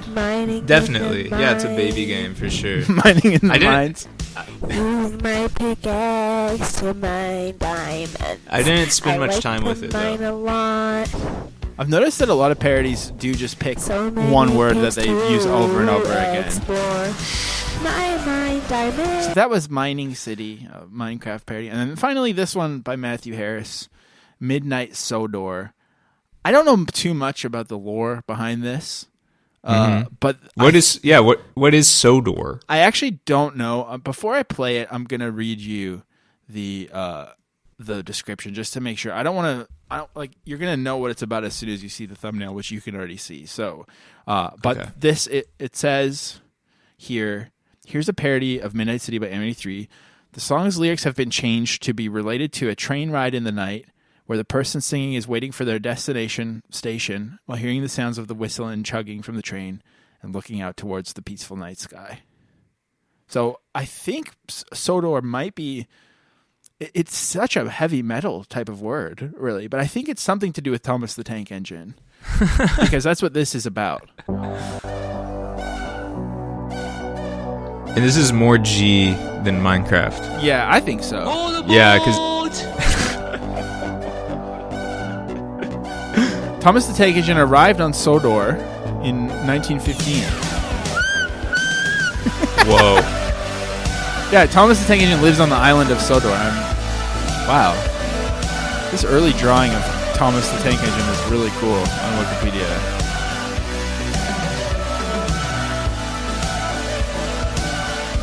yeah, that's satisfying. Do you like Thomas the Tank Engine? I also just love how this kind of has like... For the wide, the dark. Oh, It this kind of sounds like poor Lust guy. for Youth. It has like a cool like... Look at the stars. I love Lust for Youth. I like Thomas the Tank Engine. I had one of my parent friends was complaining that everyone's grumpy on the show. Oh yeah, I kind of forgot about that, but I like that. I feel like being grumpy is like a forgotten art. I think are you a curmudgeon? I think I secretly am a giggly curmudgeon. Yeah. Yeah, to be clear, Interesting. I wasn't playing this one to make fun of it. I think it sounds really cool. It sounds like New Order. Yeah, no, I think the Lust for Youth comparison is completely apt. And the lyrics are a lot less lazy than the other parodies. Yeah. And like writing about like a song about a train is actually just cool. Yeah, this is so It's much like craft cooler. work or something. Yeah, like like adding the there's whistle. like yeah.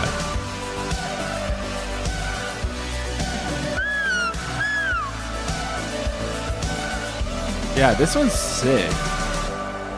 So, maybe I'm just gonna let it play out while we share our final. Sure. I was like going into this one. I thought I was gonna be grossed out because I thought the song was pretty. No, I can't do this. It's too distracting.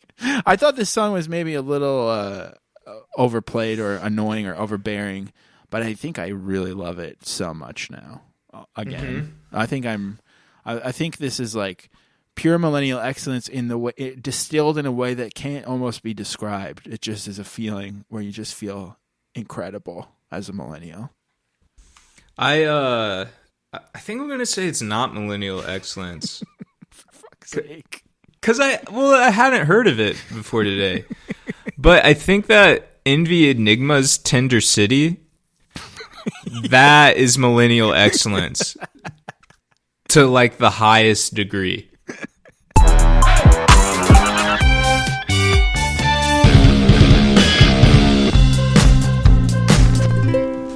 Welcome to Millennial Excellence to our esteemed guest, Larry Fitzmaurice. What's up? How's it going, guys? Thanks for being here. Good. Yeah. Yeah, thanks for being here. And right off the top, I think Miles has a question that he's just dying to ask you. That's right, Larry. When did you first realize that you were a millennial? That's a really good question. I think probably like identifying myself as like an actual like somebody with millennial tics probably around like 2013, 2014, maybe a little later. I mean, it's tough because it's like, what do you guys define as a millennial at this point? Yeah, we're trying to figure that out as we go, I think. Yeah, we're kind of avoiding figuring that out. Yeah. Well, like it's like around 2013 or 2014. Was there like a moment where you were like, "Oh, I fit into this cohort. I check these boxes." I think I just started thinking about kind of like generational ills and how maybe like I kind of fit, or kind of at one point thought I fit into that, because I like, I'm sure you guys have been over this in the podcast at this point, but part of being a millennial is like, my wife told me, I said this recently, and she said this is unfair, but I'm going to say it anyway. It's kind of like a mass narcissism. Yeah. I think that's generationally perfectly fair. Yeah. Don't worry, your wife's not here. You can speak out of turn. It's fine.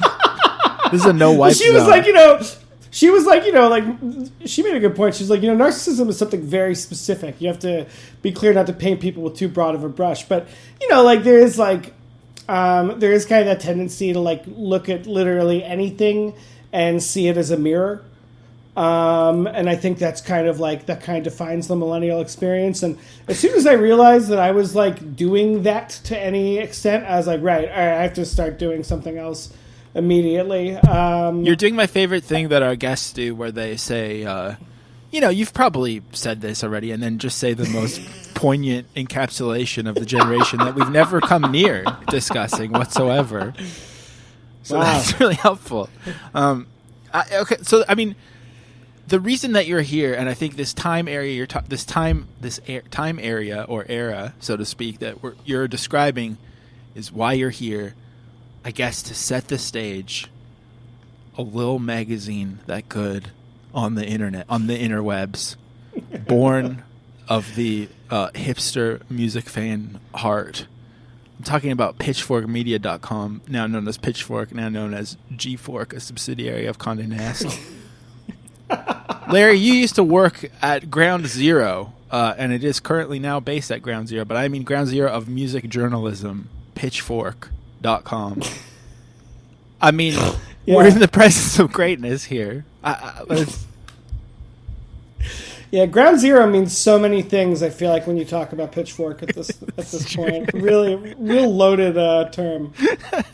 But so you worked at Pitchfork. Like, how long did you work there? Were you a music writer beforehand?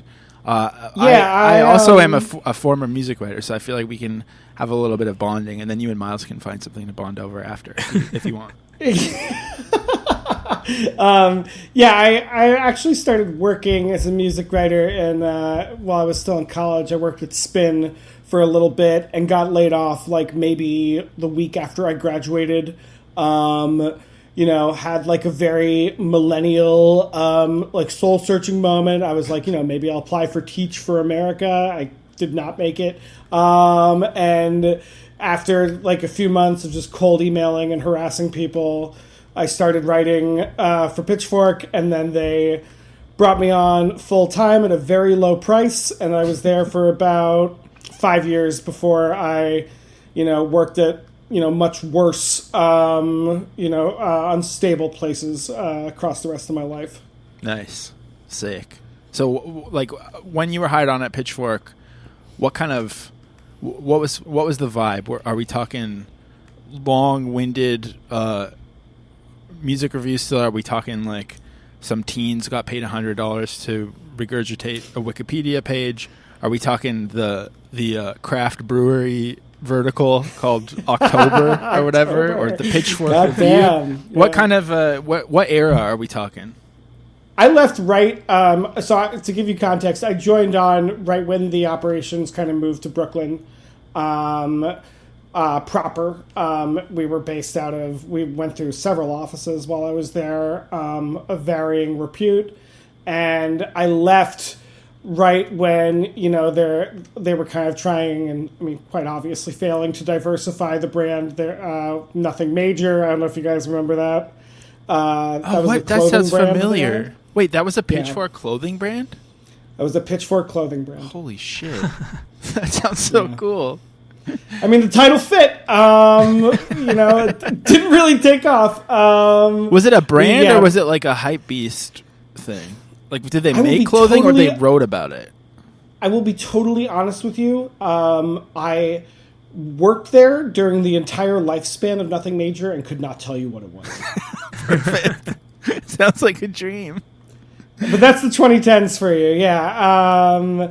I left right when kind of they were trying to grow as an independent thing, and I think it was quite obvious that it wasn't working, and which led to obviously the sale that we all know and love to Anna. And yep. Anna Wintour has to Anna, crushed it. So I mean,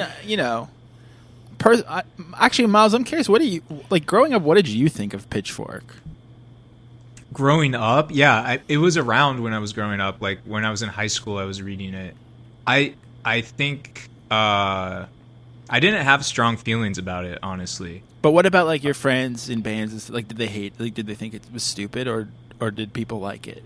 I feel like in my like late teens, early 20s. Yeah, like I think there was just like because you also some context here is you are also living in the shadow of big indie where you live, not just Indiana, but like the fact that secretly Canadian and Jaguar practically runs the streets like the fucking mafia over there. Yeah, right. Yeah, something like that. Yeah, in the sense that the mafia is shadowy. And actually pretty easy to ignore. that is kind of like a not dying. I don't know. I don't know. I think like when we were coming up in music, there was probably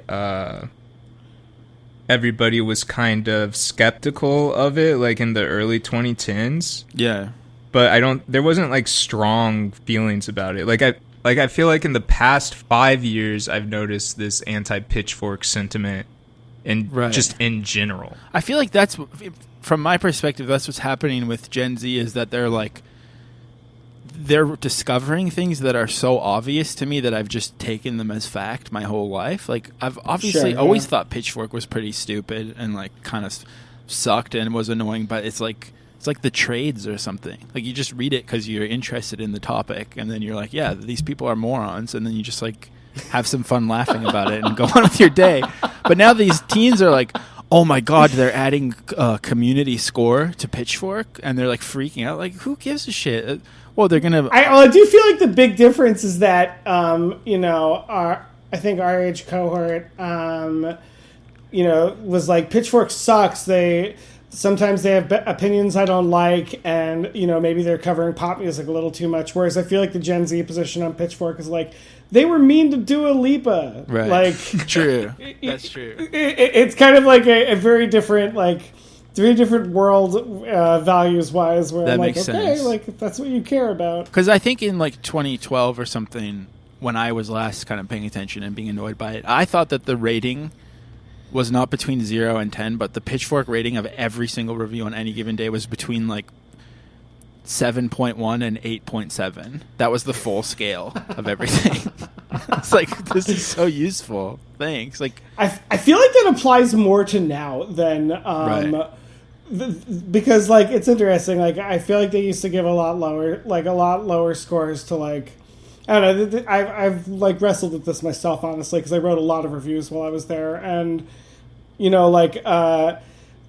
like a sub 5 to a band on like a secretly Canadian imprint, let's say. Oh yeah. When you're like 24, you're like, this record sucks. I'm going to talk about how much this record sucks. Feels but, like, so good to do it that. It does feel kind of good.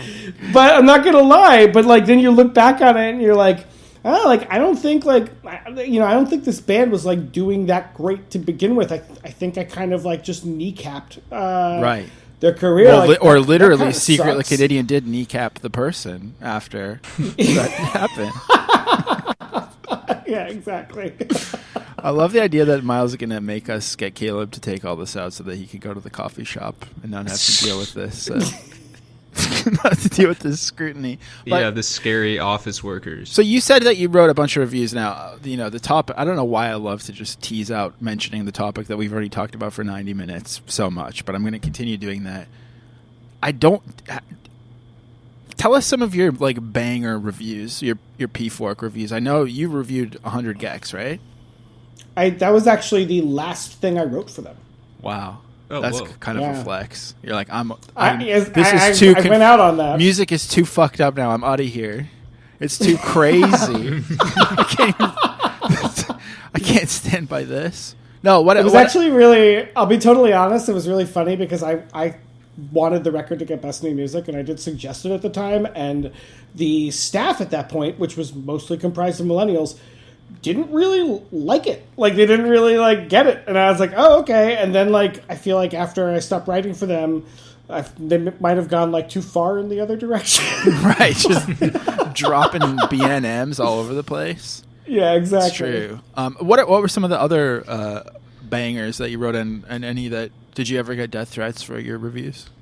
Yeah, absolutely. I got, the craziest thing I ever got sent was I reviewed an Of Montreal record and I gave it like a 5. And somebody emailed me and was like, hey, this is really dark. Actually, they were like, if Kevin Barnes kills himself, it's because of you. And I was like, oh shit. That's a little too much. I did always notice that, like, if you give something like a 1, people are like, oh, whatever. But then if it's like in the middle, like, that's like the most offensive because it shows that you like listened and actually tried to understand it, I think. Well, there was like a Village Voice article in like the mid-2010s talking about how booking agents would, like, if you got like above a 7 or below like a 4.9, you would be guaranteed to get booked. But if you got in the 5 or 6 range, they just assumed that nobody gave a shit about your band and you just didn't get booked. So stupid. Yeah, it's really dumb. Anytime I hear about, like, whatever, I don't want to... I'm friends with a lot of people who are, like, publicists and music writers, but when I see them all hanging out together, I'm like, see the publicist and the music writer hanging, like, weekending together, and I'm like, I don't think this is right, you guys. You shouldn't be talking to each other this much. You know what? It's funny you say that because I feel like when I started out, I was kind of like, oh, so that's how this works? Right. Yeah, it's like so thrilling to just get guest lists or something. You're like, I'll absolutely give this whatever you want. I got guest lists? Oh my God. As soon as you accept the fact that the music industry and the music press just has like no integrity, I think it becomes like a lot easier to like just like move through the day. Because then otherwise you become like, I don't remember his name, and I don't know. I don't want to get some lurkers after you as well. But there was that one guy who was like always so angry about, I think, the Pelly sisters or something, and then he would do these like long epic rants, and he had like big mutton chop sideburns. I remember. You don't want to become the sideburn mutton chop guy who's like ranting about some girls in their early 20s who are just like trying to navigate a writing career. Yeah, I was going to say that could have been anyone. I don't know who you're talking about specifically, but I'm sure there was a lot of guys. What I've learned is the only option really is to just stay in MGK as hard as possible, deep into your 40s. No, that's the only way to go. Yeah. But okay, so you tried to kill Of Montreal. You tried to make 100 Gex blow up. Anything else worth of note from the P-Fork? I did. I wrote a couple of really great profiles. One on Michelangelo Akos of Passion Pit that kind of talked about his mental health struggles. I also wrote a cover story on MGMT. I went on the road with them, and they're honestly like really very like interesting, funny guys. But they were very pissed off about the profile. Really? What happened? I mean, I was just kind of like, like they're very sensitive about press, and I think the way they had been portrayed up to that point was like they hated it. So like midway through, like me, like traveling with them and hanging out with them, they just basically just like tried to claim like everything was off record, and I was like, well, that's stupid. So I put that in the story, and then they were like, this sucks. Like you kind of made us look like assholes, but. Actually, a few years later, I ran into them again. I interviewed them for Vice at the time, and they were like, it turns out we read that profile again. We think you were kind of right. And I was like, oh, all right. The same thing happened with Bradford Cox of Deer Hunter, who I had a really kind of intense, conversational relationship with over the decade, as a lot of Pitchfork people did. He just got mad at me a lot for various things, and then would claim he didn't remember the conversation at all. So everyone was always getting mad at the underpaid. I had Barbecue from King Khan and Barbecue Show tried to get me fired multiple times from different jobs just for like saying the wrong record label that was putting out his 7-inch. It's like, what are you doing, dude? Who gives a fuck? Well, that's all garage rock guys have. Yeah, is the it's 7-inch true. label. If you get that wrong, they're like, you just ruined everything for me, man. That's all. Yeah, you're so right. So you have the. How do you guys say this word? Bonafides. I've had some debates about this, and I'm really insecure as a podcaster. Interesting. I would say bona fides. That's what I would say That's too. that's how I would say it too. That's yeah. how I said it. But I'm going to say their names right now. Our music composer Ned and our editor Caleb both said that it's bona fides. It's like what? They're going with the Latin. But so you have the bona fides to talk about M83, and you have many times, but I was digging around to see, and I noticed you didn't write the track review. You didn't write the year-end review. And I'm just going to drop this link on our Twitter DM, because that's where we all are. You did write...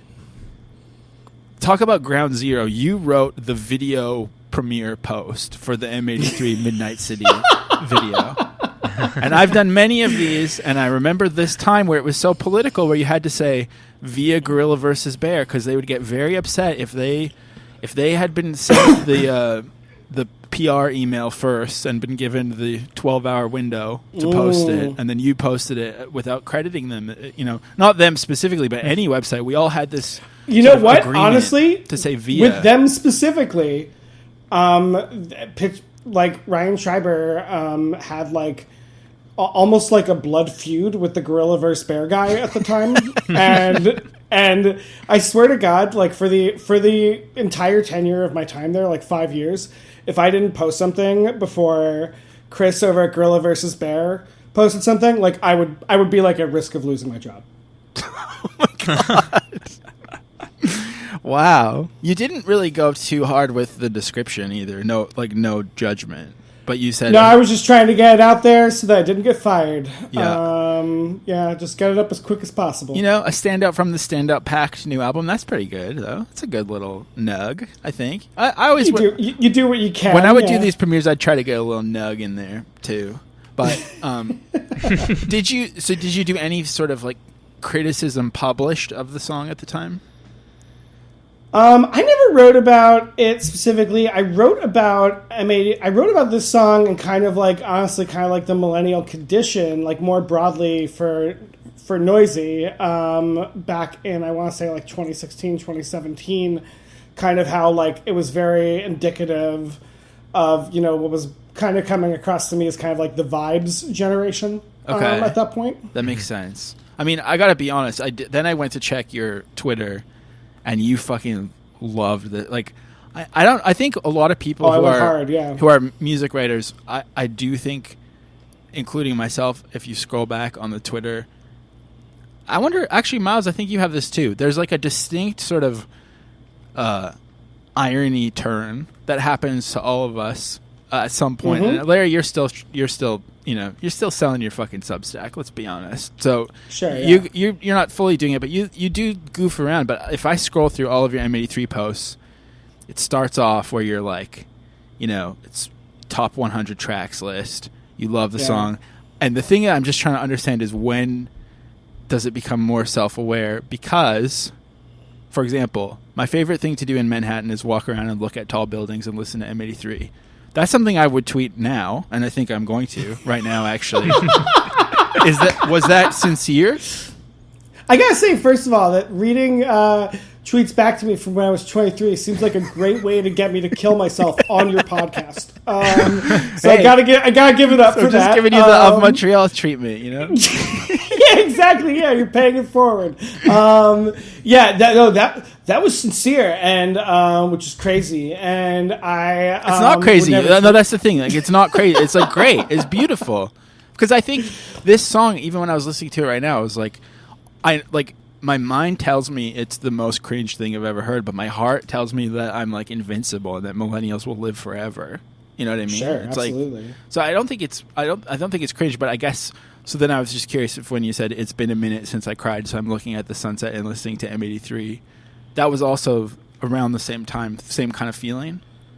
Was that so like the first tweet you mentioned was definitely around like I want to say like early 2013, like right when the record came out probably, because I remember Pitchfork reviews. You guys remember that guy by any chance? Kinda. Yeah, it sounds familiar. Yeah, just like he was kind of like it's funny to even think about this, but he was kind of like it was kind of like if like Dime Square like didn't go out. Like that's kind of like what the vibe was there. So like he used that tweet as a writing prompt, which is like again awful. And I feel like the other tweet you're talking about, I was literally like walking. I remember sending it very specifically while I was walking home from work while I was working at Vice, and I think I was spending a lot of time listening to M83 for the vibes piece and. And I think this kind of like fits into the song's appeal as millennials. I think like, millennials and, the facts and figures bear this out. They like to drink. And like more so than younger generations, I would say. And, Midnight City is kind of like uniquely like suited for, not just like being drunk, but like being hungover. Like, okay. It's a huge, like, serotonin thing, I feel like, where it's like you hear it, and it's, like, evocative, and it has this, like, nostalgic sound. So, like, if you just got through, like, a rough work day after having a few after work the night before, you're like, I'm going to throw on some M83 and feel, like, fucking awesome right now. Yeah. I mean, Miles, you're the young buck, I think. I mean, I haven't done the math with Larry's age, but I feel like I'm the old head of the call. But, did you feel that way with this song? I feel I wasn't like around for it at the time. Like the only M83 I really encountered or sought out was that clip in the fully flared skate video, like the opening where it's like, that's such a good clip. Yeah, it's so good. It's so good. I like made my dad watch it when I saw it when I was like 15 or whatever. I was like, dude, this is art. So like I really always thought they were just an epic post-rock band. Right. I didn't You didn't have this like it almost hits the same brainwave as the Phil Collins drum solo. Oh, hell yeah. It's like on the same. And I just want to give a quick update, Larry. I stole your tweet. My favorite thing to do in Manhattan is walk around and look at tall buildings and listen to M83.